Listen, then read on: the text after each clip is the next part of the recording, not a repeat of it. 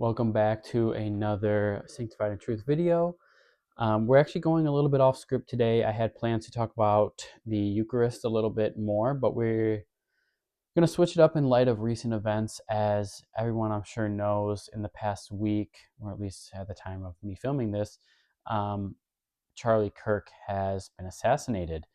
And I really debated on whether or not I wanted to get involved in kind of cultural relevant topics, because I just don't want it to become a channel that goes too far into only doing those kind of things. I like to focus on, maybe more theological exploration. But this was to me just such a significant life event, that I think it's worth discussing. And I think that there's a lot of impacts that it has to the Christian. So I want to talk through some of my takeaways from it, some of the things that I'm looking to change or make a focus. I would like to just put these out as food for thought and encourage other people to interact with it, whether it be agreeing and maybe trying to do the same things, or maybe give healthy, relevant pushback. But I just want to say these are my opinions. I just wanted to do this because I've found myself more bothered about Charlie Kirk's death than I thought I would be. I never actually watched his stuff intentionally. My viewing of his work was through like reels and stuff that just happened to pop across my social media. Not It's not that I really followed him, but he is a man who more than likely did die for his faith and his morals, which would make him a martyr. And so whenever somebody is killed for the faith, I think it's just sobering, and it's a time to reflect, but also just the amount of evil that I think we witnessed in seeing the murder on video, and it being in the United States. And even more so maybe than that is just to see the response from people that maybe didn't like him. It made me realize that we are actually working against great evil. So I want to just talk through how I'm navigating that and how my perspectives have changed about how I live my life as a Christian. First, I want to talk about the idea of this being the left versus the right. I want to emphasize and stress that that is not the case. This is not the left versus the right, and I'm sure many people have said it, although there's probably just equally as many people that are saying, it is as the right, we need to fight the left, and vice versa. Um, it's a lot more complex than that. And to make sure that I'm not weaseling out of anything, I do want to state I think that the left is completely incompatible with Christianity. And for someone to hold to core tenets of leftist ideology is to be basically and fundamentally against Christian doctrine. And that would be things like abortion, so being pro-choice, pro-LGBT, pro-homosexual marriage, relationship, whatever you want to call it, transgenderism, and things like that. But I want to say, and this is why I say it's not right versus left, is because there are also things about the right that can disqualify you as a Christian as well. You can be selfish, only caring about yourself and not others. You could be money hungry. You could be rude. I see a lot of people on the right that are pretty crude with their language too.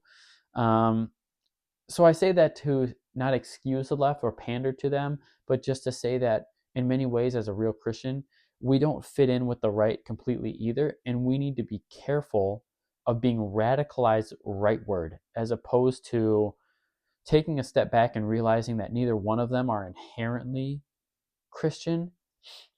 And while you can maybe have Christian in the right wing, just because you're right wing doesn't mean you're Christian, and to become more right does not equate to being a better Christian. So I guess the question comes up is, if I don't need to be radicalized more rightward, how do I know which direction I need to be making changes? And I think that the obvious answers for the Christian is to pray a lot and to pray on it frequently, but also to get in scripture, find out what it is that God has to say about how we handle these situations, but also with the view of Christian tradition. And I think that this is why it's important to have and be attending a church that is rooted in the tradition of the church and understands how the church has always understood doctrines or beliefs on virtue and ethics and so on and so forth. And what this does is this assists us in understanding what the scriptures call us to do, what God calls us to do, and prevents us from having a preconceived idea of how we want to respond or think that we should, and reading that into texts and then therefore justifying behaviors that really aren't Christian. So I want to put that out there. This is not left versus right.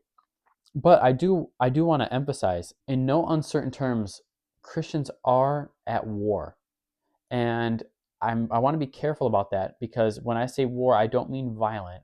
I'm not going to get on here and say that we need to start attacking people. That is wrong, 100%. But when I say that we're at war, I mean that there are people that actually don't like us, that will kill us. And I think that for many people, why Charlie Kirk's murder hit home is that as a Christian, a traditional Christian who believes in traditional Christian values and ethics and doctrines, the things that Charlie Kirk was killed for is no more than what I believe. It might actually be less. Like, I would be maybe considered more extreme on some of these topics than he was. And so it feels like, well, if they would kill him, they would kill me. And that's kind of what a martyr signifies. When someone dies for the faith, is that, well, they're willing to kill you, but not just that we are looked at as people that can be killed because someone was killed, but because of how much people celebrated it and justified it. And whether you agreed with him or not, and this is in general, whether you agree with Christians or not, people that are fundamentally peaceful in their actions, meaning someone like Charlie Kirk was not intentionally inciting violence. He wasn't trying to get people to do violent actions or hurt or kill people or anything like that. To say that he deserved death for non-violent opinions is crazy and very extreme.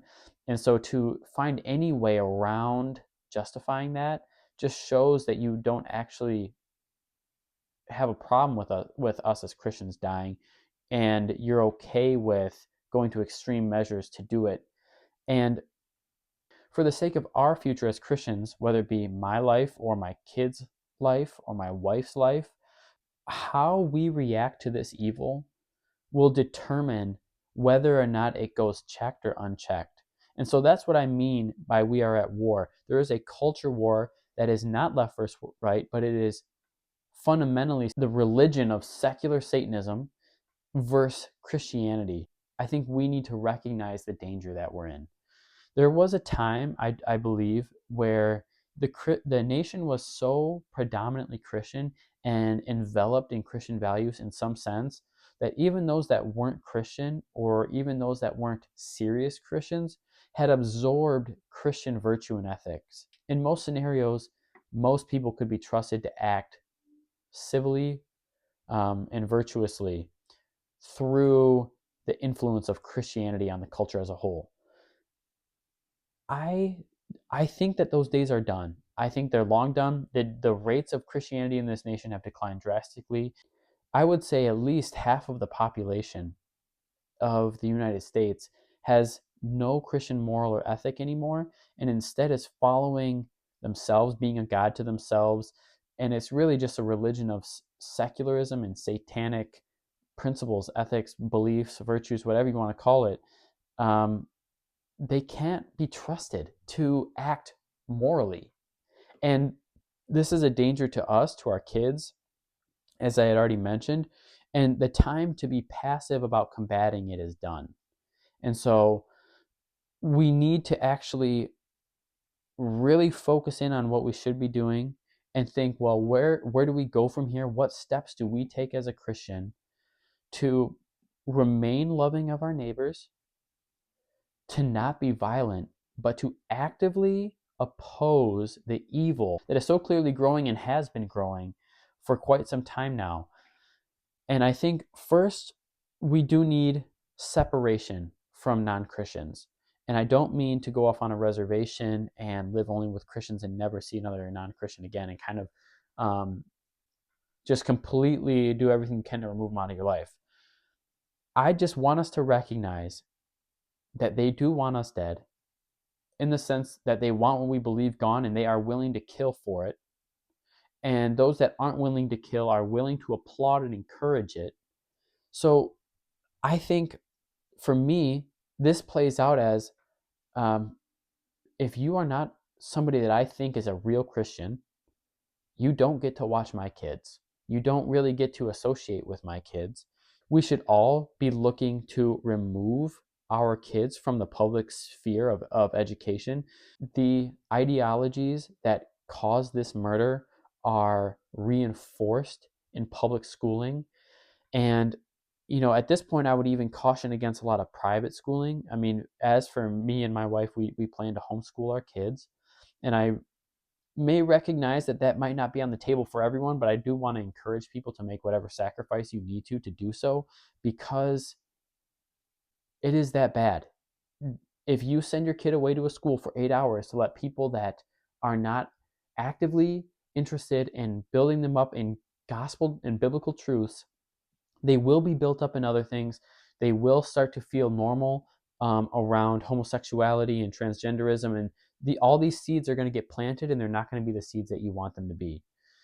The devil is trying hard to corrupt our children, and we cannot be passive. We need to take a proactive stance to keep our children in the faith, to raise them in the faith, to keep them guarded, to encourage them in the ways of the Lord, and praying for them so that they will never depart from it. The caveat to not associating with non-Christians as much as we are is we obviously still want to evangelize them, and we want to be good neighbors and whatnot. So try to understand what I'm saying. I'm not saying anytime you have an opportunity to see someone that's not a Christian, you should decline it. I just think we need to be a lot more careful than we already are. We need to limit the amount of times our family's being influenced by people that are secular and openly non-Christian. Even if they're nice, being nice is not enough.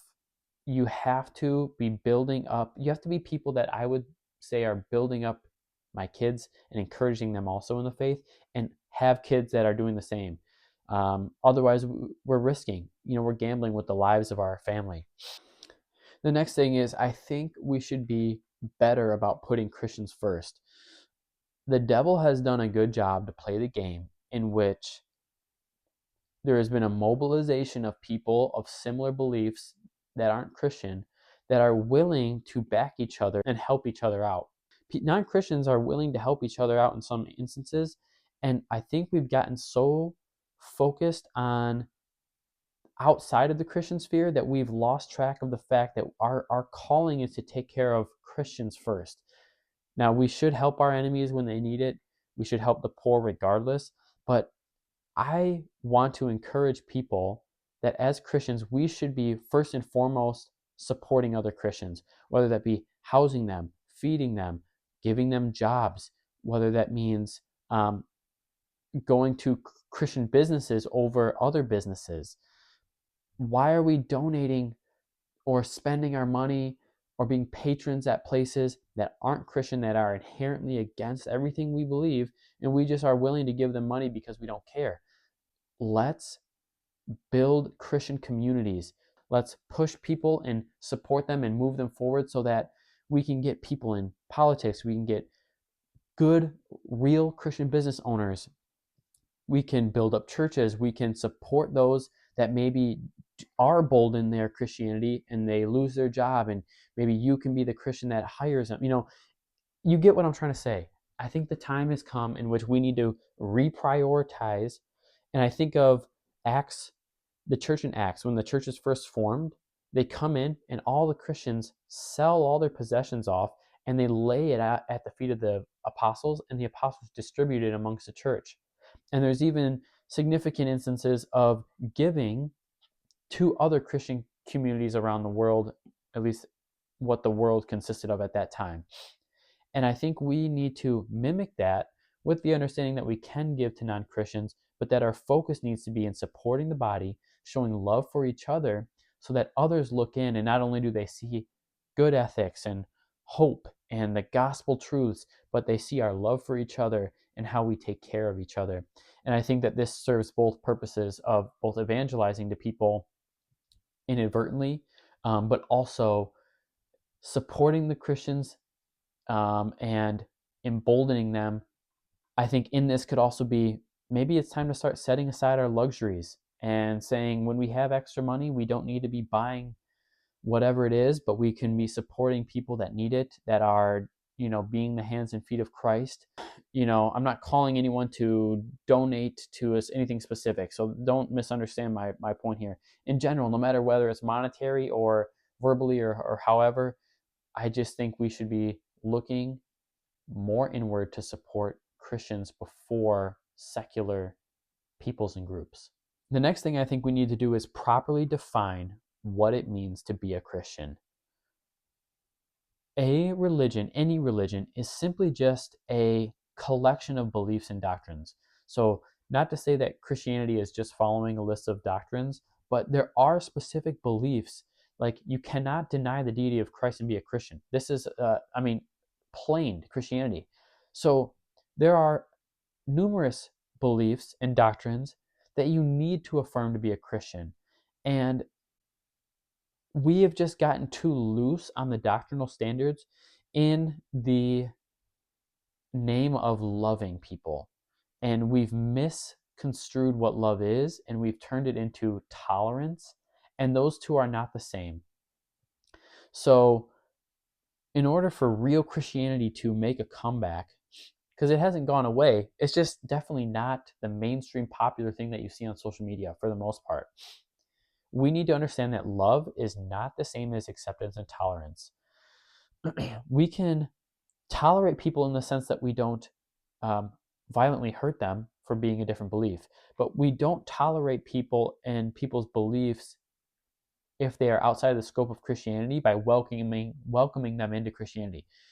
An example of this is, if you're homosexual, you can become a Christian, but there's something that you need to leave at the door in order to do so, and that would be homosexuality. The same is true for if you are pro-choice, if you think it's okay to murder babies in the womb. Okay, you can become a Christian. You need to leave that behind, though. Those things are fundamentally not compatible. And when you try to try to say, well, we need to be loving and just accept people in, now we have a church filled with baby killers, homosexuals, transgenders, even accepting of other religious beliefs within Christianity. Christianity then means nothing. But that's not what it is. You cannot redefine Christianity to what you want it to be. You need to either jump off the ship and say that you're not a Christian, or you need to conform to what it is. And I think of the example in 1 Corinthians when Paul calls the church to remove the man who is having inappropriate sexual relations with his mother-in-law, I believe. Christ or Paul doesn't say, well, let's love him and let's, keep him in so that we can keep him close. He tells him to remove him from the church in the hopes that by being removed, his evil will be noticed by him and he will eventually return to the church, but not unrepentant. He does have to repent of his sin, turn away from it, and it's the same thing. And people don't understand this. People don't seem to grasp that Christianity is a set of beliefs and doctrines. And I'm like, imagine if I told you that I was pro-LGBT, that I was all about gay marriage. And then I said, okay, I'm pro-LGBTQ. I hope that's okay. Here's the thing though. I hate gay people. Like, if I said that, you would be like, dude, those two things are inherently contradictory. The same is true with Christianity and these things that I just mentioned. And I want to go through a couple more things that I think the church specifically needs to focus on. I've already mentioned that it needs to eradicate homosexuality from the church. Again, not meaning that we violently hurt or dispose of the people, but just that people need to be removed from congregations. Homosexuality, transgenderism, abortion, whatever it might be. I think another thing that needs focus right now is the death of feminism. Christian is inherently a patriarchal religion, and I know that this is going to make a lot of people upset, and I'm sorry, but I'm not sorry because this is just the truth. This does not mean, I will say, this does not mean that men and women do not have the same value, but they have differences in their roles. And this is seen, Christ was a man. All 12 of his disciples were a man. Priests and bishops are ordained only as men. Only men can be a priest or a bishop. Men wield the spiritual authority in Christianity, whether it's in the church or in the house. The husband has spiritual authority over the wife is to submit unto him as unto Christ, just as the man is to love his wife as Christ does the church. So, men, you need to behave like men, step into leadership, love your wives, respect others, be brave, be bold, don't cower. And then women need to step out of these roles of authority, because you think that you're doing good, and I understand that in the culture in which men have backed down, women have kind of stepped into these roles. This is reversal though, and I would encourage people, women especially, to step out of roles in which you are ultimately authoritative, especially in a spiritual manner, whether it be with your husband or at church or, you know, anywhere that you're giving spiritual advice to a mixed congregation of men and women. Stop being a girl boss. No more trying to be independent or rule over men. The Bible commands women to be possessing a quiet and humble spirit. There is great importance and great value in that is no less than a man who has spiritual authority. Without a doubt, I will eventually make a full video encompassing why Christianity is inherently patriarchal. But for now, I'll leave you with just the idea that this has been, and again, I've alluded to tradition and history before. In the history of the church, this has always been this way. It has always been understood this way. And you can try to say, well, men were just trying to oppress women, whatever. Okay, make your claim that everyone got it wrong except you. But realistically and fundamentally, this is how Christianity has worked, always will work, and Christ has designed it in the very nature of what it means to be man and woman for this to be the case. Women will be happier taking care of their family, submitting to their husband, so on and so forth, than they are being the girl boss. And men, you will be happier as you are gently leading your family, your wife, stepping into spiritual authority, leading. This is just the way that it works, and this is how God has designed us. So we actually need this to change, because right now the culture in Christianity is inherently feminist. Everything from seeker-sensitive church to being soft on sin, the list goes on, and I think a ton of the problems in the church have stemmed from this. We need to reverse the role now. We need to make adjustments now, because it is hurting our children, it is hurting our families, it is hurting the faith, so on and so forth. The next thing is we need to as a church, separate from a dispensational or Zionist belief. And what I mean by that, for those that aren't familiar with those words, the Jewish people are no longer the people of God. To be one of God's people is to believe in Christ. We need to ditch the idea that we need to support Israel, we need to support Jews, we need to support them financially or whatever, or even the idea that there is such thing as a Judeo-Christian ethic, or that Jews are kind of just halfway to Christianity, but they're missing. No, if you don't accept Christ, you don't accept the Father. And if you don't know Christ, you don't know the Father. Jews are inherently not Christian, and I would go as far as to say they are probably the most anti-Christian group that is alive right now. And I don't mean to sound harsh, but dispensationalism has led to these ideas that we need to be pandering to Jewish people. We need to be supporting them in any way necessary, that the world will, and the eschaton, the end times, are focused around the Jewish people, and things will get worse. No, things aren't going to get worse. They are going to get worse if you keep sitting around and doing nothing and just letting the whole Christian landscape erode. We need to be making Christian nations, not waiting for Christ to come back and just letting things get worse and just saying, okay, here he comes, like, we'll just wait. We need to be actively making disciples of all nations, and we need to leave dispensationalism and all the negative effects that it has caused on Christianity behind. The Jewish people are eroding Christianity. They hate us. They are actively promoting transgenderism, liberal theology, all of this stuff. And again, a whole video could be made on this, but ultimately, we love the Jewish people in the sense that they are people that need Christ. And in that sense, they are just like everyone else. But I'm focusing on them specifically because there's a weird notion in Christianity that Jews are like almost like a half Christianity. Like they're almost there, so we kind of give them special leeway. No, come to Christ or we don't trust you. This goes with what I said about, not trusting people that aren't Christian. Jews are the same. We do not trust people to behave ethically and morally. We don't trust our children with them. We don't trust what they say about beliefs if they are not Christian. That includes Jewish people. I can't stress that enough. The other thing is seeker-sensitive Christianity, and this is tied in with feminism in a big way.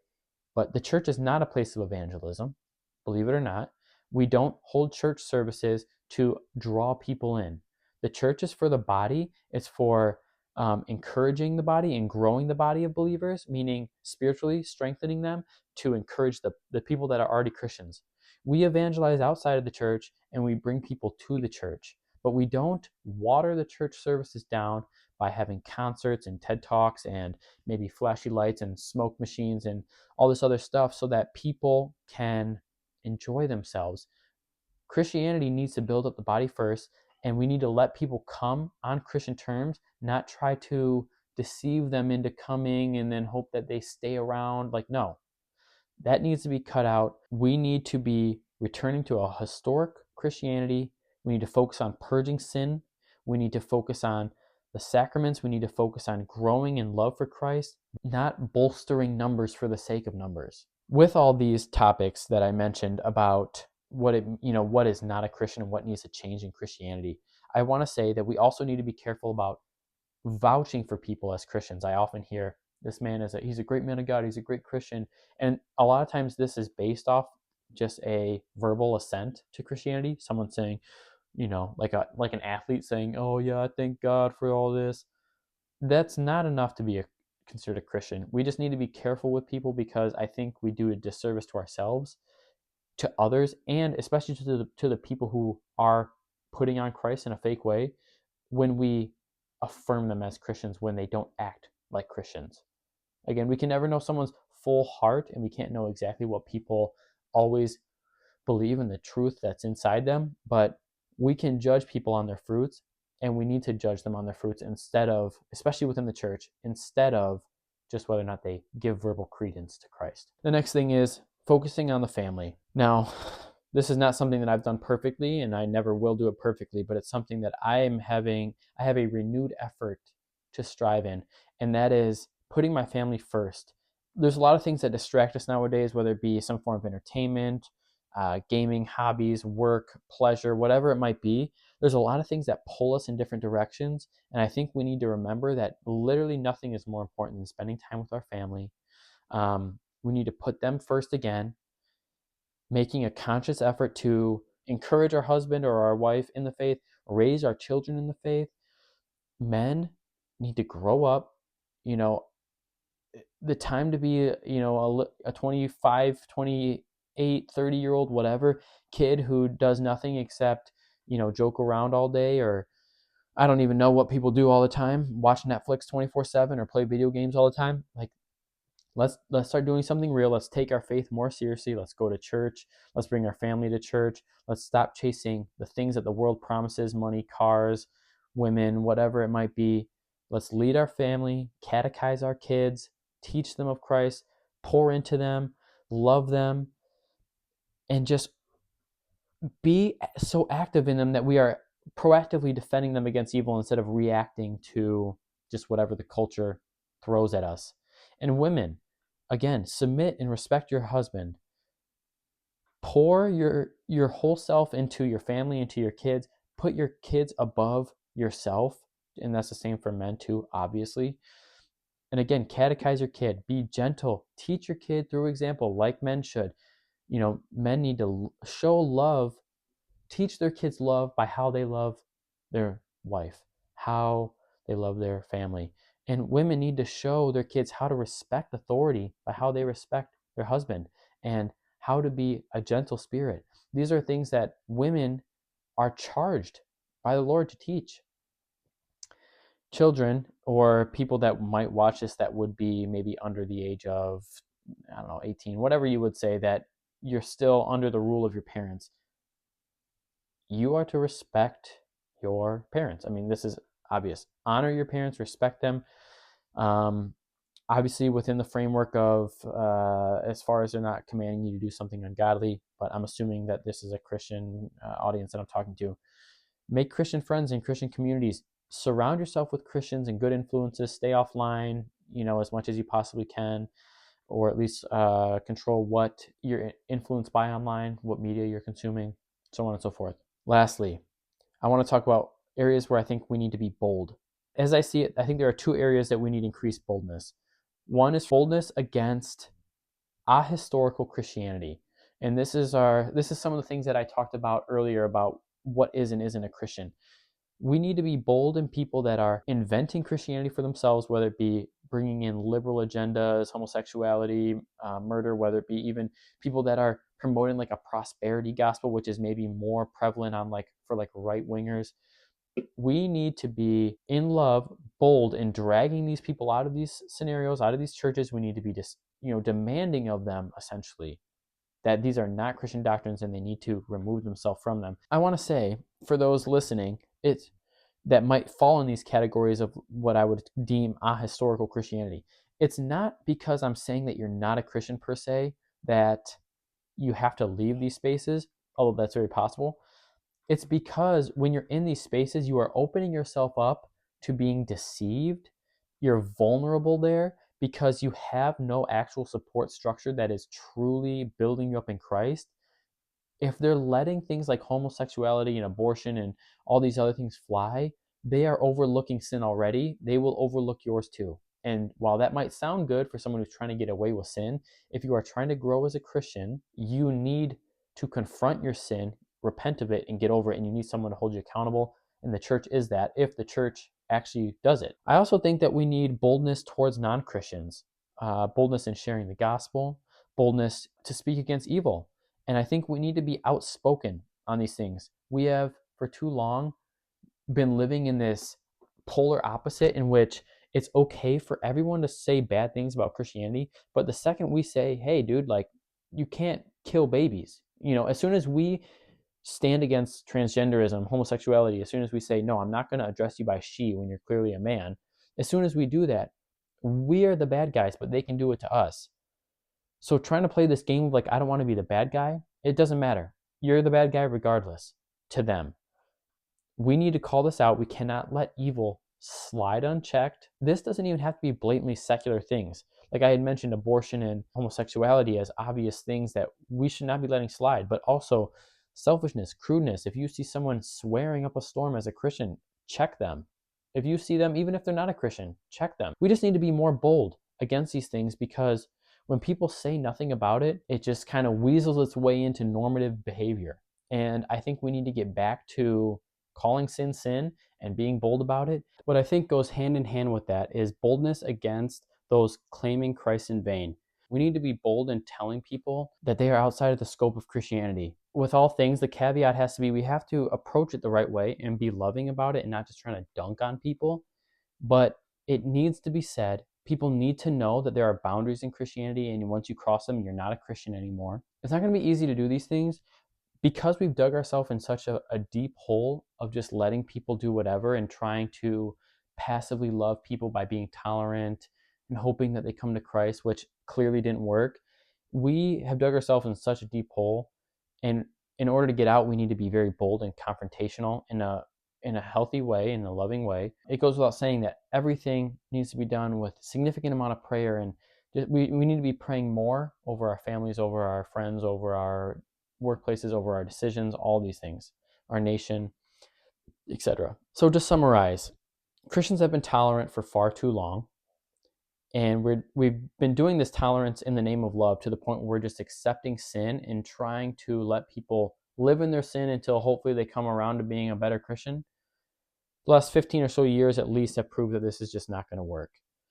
We need to separate ourselves from worldliness, from non-Christians. We need to not trust them with things that are important to us, like our kids, like our lives, like our families, education, whatever. And we need to remember that because we've waited so long, we need to be anticipating the fact that there could be persecution or people that hate us for it. We need to be okay with that. We shouldn't strive after it, but we need to be okay with that and lean into Christ to provide for us and lean into other Christians and just be ready to take persecution in the name of Christ and remember that these things are worth it. If we love our neighbors, we want a Christian nation. Inherently, everyone benefits from a Christian nation because it is a net positive to be in a society that is honest, that is virtuous, that is loving, so on and so forth. How do we do that? Well, we need to convert people. We need to build Christian businesses and structures. So like Christian schools, Christian businesses, Christian colleges, more churches. We need to promote Christians into positions of power and support them in that, so that they can, so that we can have truly Christian rulers under us, not fake Christians like happen to be now. We need to not be tolerant in the way that I've already described what tolerance is. We need to attack sin non-violently. We need to focus on our family, raise Christian kids, have a lot of kids. If you can't have kids, adopt kids, raise them as Christians. We need to overall and always possible increase the amount of Christians that are in this nation, the amount of truly virtuous traditional Christians, and the amount of those that are in positions of authority or power. That needs to happen. The time to be a bystander is over. Otherwise, we leave our nations to devils, to wicked people, to degenerates, and our futures will suffer, but likely so will the future of our family. And we will leave the difficult task of rebuilding a Christian nation to our children, which they shouldn't have to do. Let's be proactive about this. Let's pray. Let's be bold. Let's really dig into our faith. Let's take it seriously. Let's preach the gospel to anyone that will hear it, as much as will hear it. Call out sin and just continually pray for individuals, for churches, for countries, for communities, whatever it might be. So that's all that I have. I only had a week in which I was thinking of these things and I didn't really prepare it. So I'm open to hearing people's thoughts and objections. That doesn't mean I will back down on my convictions, but I'm open to hearing your thoughts and I'm curious of them. Next week, I do plan to return to the original intended topic of the Eucharist. So we should be talking about that next week unless something else crazy comes up. If you're interested in other topics or you want me to cover a certain topic, let me know. I'm open to exploring that option. Other than that, I hope you have a great day and a great week. God bless.